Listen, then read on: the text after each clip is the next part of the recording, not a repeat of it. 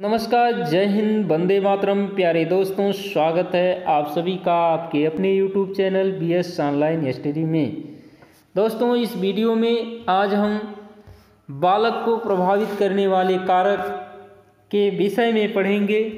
तो इसमें मुख्यतः दो कारक हैं, वंशानुक्रम और वातावरण। कौन कौन है? वंशानुक्रम और वातावरण। ये वंशानुक्रम क्या है? वंशानुक्रम का जनक कहा जाता है Gregor John Mendel. Gregor John Mendel को वंशानुक्रम के जनक कहा जाता है। इन्होंने ही आनुवंशिकी सिद्धांत का प्रतिपादन किया। किस सिद्धांत का? आनुवंशिकी सिद्धांत का प्रतिपादन किया। और किस समय किया?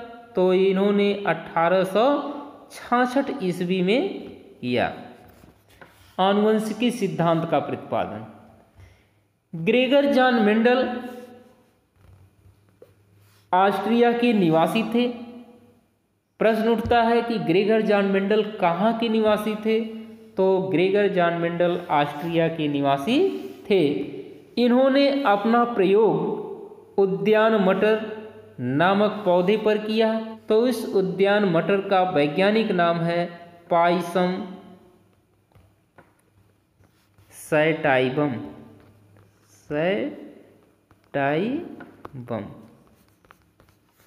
ठीक है, ये उस मटर का वैज्ञानिक नाम है जिस मटर पर ग्रेगर जॉन मेंडल ने अपना प्रयोग किया था। तो आइए देखते हैं।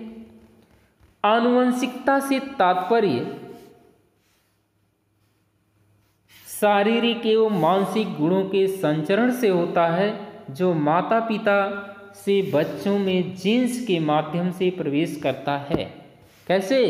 जीन्स के माध्यम से प्रवेश करता है। जैसे मान लीजिए यह यक्स है, यक्स कहे तो फीमेल हो गया, और यह हो गया XY गुणसूत्र। तो XY गुणसूत्र माने मेल हो गया। ठीक है। अब जब इन दोनों का में निषेचन होता है, तो जब X गुणसूत्र फीमेल का और X गुणसूत्र मेल का जब आपस में मिलते हैं, तो यहाँ XX, तो XX हुआ, तो इसका मतलब फिर फीमेल। और वहीं जब X गुणसूत्र और Y गुणसूत्र आपस में मिलते हैं, तो ऐसी स्थिति में X गुणसूत्र फीमेल का और Y गुणसूत्र जब मेल का मिलता है, तो उस समय यह मेल पैदा, क्या पैदा होता है? मेल कहे तो पुरुष। ये संतान कौन सी होगी? यह संतान पुरुष होगी, अर्थात बालक पैदा होगा। ठीक है दोस्तों। तो इस तरह से माता पिता के जो गुण होते हैं वे बच्चों में ट्रांसफर होते हैं। आगे देखिए, वंशानुक्रम कह रहा है कि वंशानुक्रम के नियम क्या हैं? तो वंशानुक्रम के नियम देख लीजिए। वंशानुक्रम के नियम, तो वंशानुक्रम में अर्जित गुणों के संक्रमण का नियम, समानता का नियम,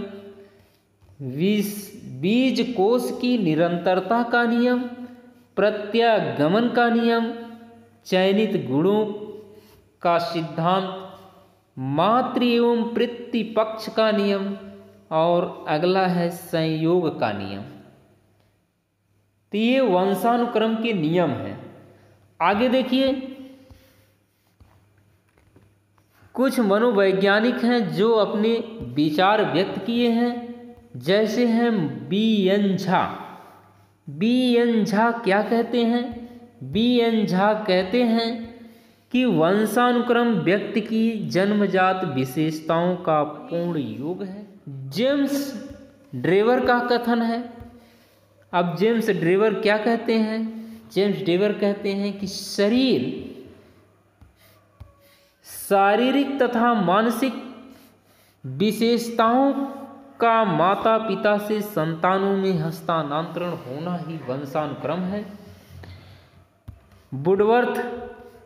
वुडवर्थ देखिए क्या कहते हैं।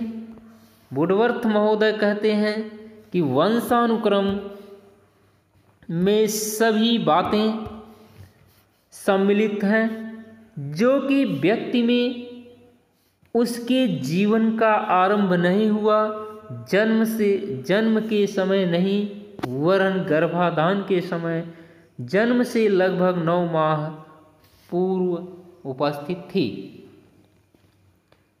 वंशानुक्रम में सभी बातें सम्मिलित हैं जो कि व्यक्ति में जबकि उसके जीवन का प्रारंभ नहीं हुआ, जन्म के समय नहीं वरन गर्भाधान के समय, जन्म से लगभग 9 माह पूर्व उपस्थित थी। आगे देखिए वर्णांधता एवं हीमोफीलिया क्या है। वर्णांधता एवं हीमोफीलिया लिंग संलग्न रोग है जो वंशानुक्रम माने जाते हैं। ठीक है। फिर वर्णांधता को प्रोटीन दोष या डेल्टोनिज्म भी कहते हैं। क्या कहते हैं इसे? डेल्टोनिज्म कहते हैं। वर्णांधता जो वर्णांध व्यक्ति होते हैं वे लाल व हरे रंग का भेद नहीं कर पाते। वर्णांध व्यक्ति कलाकार, डिजाइनर, रेल, जहाज आदि का ड्राइवर नहीं बन सकता है। आगे देखिए हीमोफीलिया को रक्त स्रावण रोग भी कहते हैं। इस रोग में व्यक्ति को चोट लग जाने पर रक्त का थक्का नहीं बनता। हीमोफीलिया रोग की पहचान सर्वप्रथम महारानी विक्टोरिया ने किया। कौन किया? महारानी विक्टोरिया ने किया। आगे देखिए वातावरण, एनवायरमेंटल।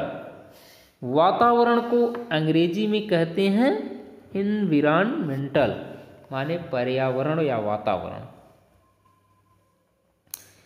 अब देखिए पर्यावरण है क्या। पर्यावरण 2 शब्दों परिधन आवरण, परिधन आवरण। पर्यावरण 2 शब्द परिधन आवरण से मिलकर बना है। परि का अर्थ होता है चारों ओर और आवरण का अर्थ है घेरा। क्या है? आवरण का अर्थ घेरा, अर्थात जो हमें चारों तरफ से घेरे हुए हो या ढके हुए हो वही पर्यावरण है।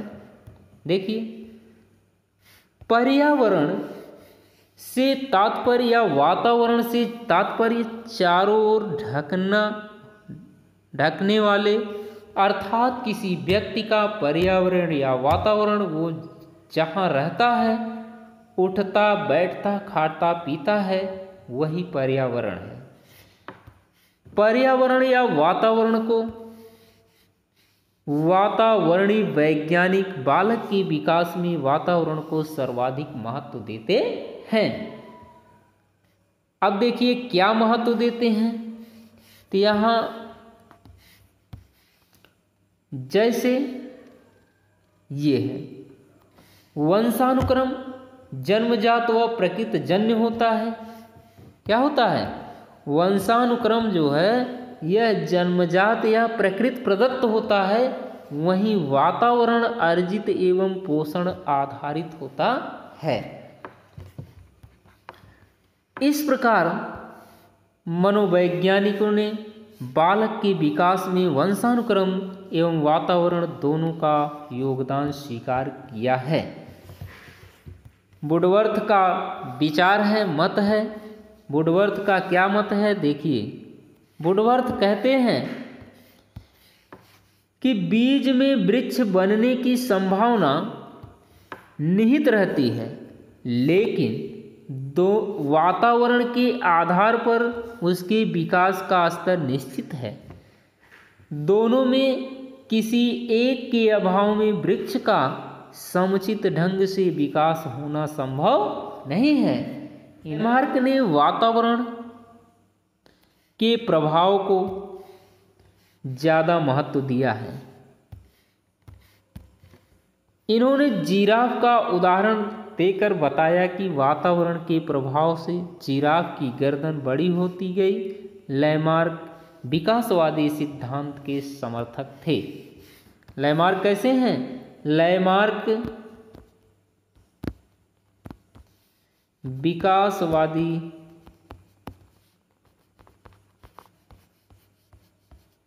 सिद्धांत के समर्थक थे। अब देखिए, लैमार्क ने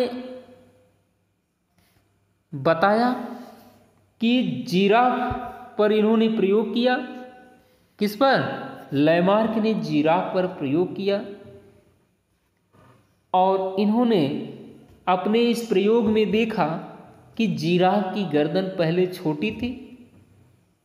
जब झाड़ियाँ पेड़ कटने लगे, पेड़ पौधे झाड़ियाँ कटने लगे, तो अब उसके पेड़ों की ऊंचाई बढ़ने लगी और जिराफ अपनी गर्दन को धीरे धीरे बढ़ाकर पत्तियों को खाना शुरू किया।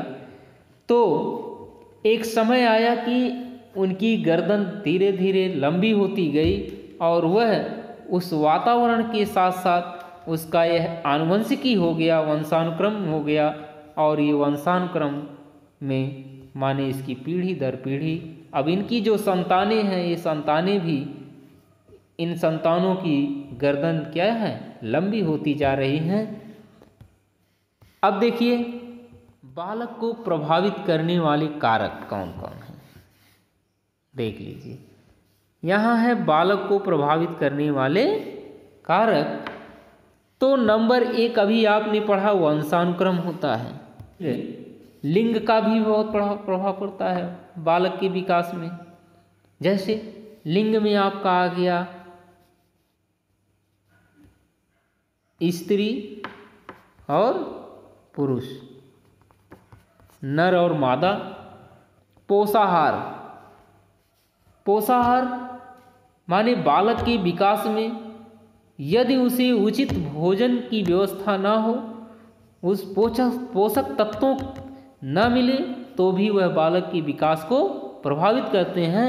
अंतःस्रावी ग्रंथियां भी हैं, जन्म क्रम है, प्रजाति है, भयंकर चोट है। चोट लगने से भी बालक का जो विकास होना चाहिए वो विकास नहीं हो पाता है। बुद्धि है, मंद बुद्धि का है कि तीव्र बुद्धि का है, शुद्ध वायु एवं प्रकाश है, और बालक की संस्कृति है। ये इतना बालक के विकास को प्रभावित करने वाले कारक हैं। बालक के विकास की अवस्थाएं देखिए, बालक के विकास की निम्नलिखित अवस्थाएं हैं। नंबर 1, गर्भावस्था। यह गर्भधान से जन्म तक अर्थात 9 माह 10 दिन। कितना? 9 माह 10 दिन। ठीक है। शैशवावस्था, दूसरी अवस्था है शैशवावस्था, जो जन्म से 6 वर्ष तक। बाल्यावस्था 6 से 12 वर्ष, किशोरावस्था 12 से 18 वर्ष, और प्रौढ़ावस्था 18 वर्ष के बाद। ठीक है। अब बात आती है बालक के विकास के 5 पक्ष होते हैं। वे पांचों पक्ष क्या हैं? विकास के 5 पक्ष। नंबर 1 देखिए, शारीरिक विकास। बालक के विकास में शारीरिक विकास का बहुत बड़ा महत्व होता है। फिर मानसिक विकास, सामाजिक विकास, संवेगात्मक विकास, नैतिक विकास। ये पांचों ही बालक के विकास में बहुत ही अहम भूमिका निभाते हैं। इनका बहुत ही बड़ा रोल है। देखिए, बुद्धि तथा विकास के आधार, इसके बुद्धि तथा विकास के दो आधार हैं, वंशानुक्रम और वातावरण। वंशानुक्रम और वातावरण, इन दोनों आधार की परंपरा परस्पर अंतःक्रिया के फलस्वरूप प्राणी का शारीरिक, मानसिक, सामाजिक एवं नैतिक विकास होता है। तो दोस्तों, यदि वीडियो पसंद आई हो तो वीडियो को लाइक, शेयर एवं सब्सक्राइब करें तथा घंटी वाली बटन अवश्य दबाएं, जिससे कि वीडियो की नोटिफिकेशन आप सभी को मिलती रहे। धन्यवाद। जय हिंद, जय भारत।